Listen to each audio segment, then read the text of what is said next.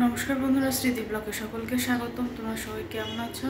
আমি তোমাদের আশীর্বাদ ঠাকুরের উপর মোটামুটি আছে। আজ কয়েকদিন যাবত আমার কোনো ভিডিও দিতে পারি না, কারণ আমার ফোন একদমই নষ্ট হয়ে গেছিলো। তো কালকে আবার ফোন সারিয়ে নিয়ে এসছে, মানে গুঁড়া গুঁড়া অবস্থা আর কি যাকে বলে। তো সে ফোন অনেক খারাপ অবস্থা হয়েছিল, সে ঠিক করে নিয়ে আসার পর আজকে থেকে ভিডিও করছি। তো ঠিক আছে বন্ধুরা, দেখতে থাকো সারাদিনের ভিডিওটা।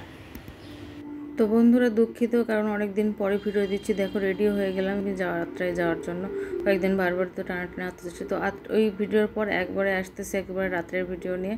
তো রাত্রে রান্না করার জন্য দেখো ভাত রান্না করলাম।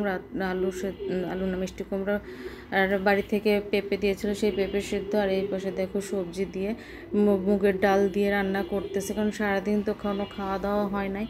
সকালবেলাও একটু করে গিয়েছিলাম, কারণ পরের দিন একাদশী আছে। এই আর যে কয়েকদিন ধরে যে কী ব্যস্ত, আর ফোনটাও এর মধ্যে নষ্ট হয়ে গেছে। সব মিলে মন টন খুবই খারাপ ছিল।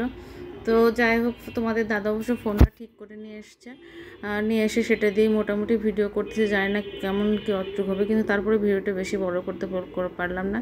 খাওয়া দাওয়া করে নিলাম। তারপরে যে দেখো মেয়ে, তোমার দাদা চাবি নিয়ে যেতে ভুলে গেছে। তো সেই চাবি দেওয়ার জন্য মেয়ে নিচে গেল। আর এই যে দেখো আসতেছে, বক বক করতেছে আর আসতেছে, কারণ তো গল্প করতেছিল নিচে, নাকি সবাই গল্প করতেছিল। ননদ ছিল, আর পাশে যেহেতু ননদের বাসা, তো ওর গল্প করতেছিল। নিজে দেখো সবগুলো গল্প বসেছে, গল্প করেছে সঙ্গে বেশি অপশন। কে কে আমি জিজ্ঞেস করলাম কে কে ছিল আর কি।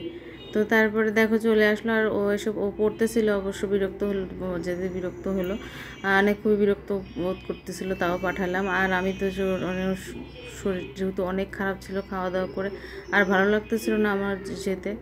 তো এই ছিল ছোট্ট একটু ভিডিও ভালো লাগলে অবশ্যই লাইক কমেন্ট শেয়ার করো। আমি আস্তে আস্তে চেষ্টা করবো ভিডিও বড় করার। তো কি আর করার, এই পর্যন্ত এখানেই রাখছি। সবাই সুস্থ থেকো, ভালো থেকো, আর ভালো লাগলে কমেন্ট করো। ঠিক আছে, শুভ।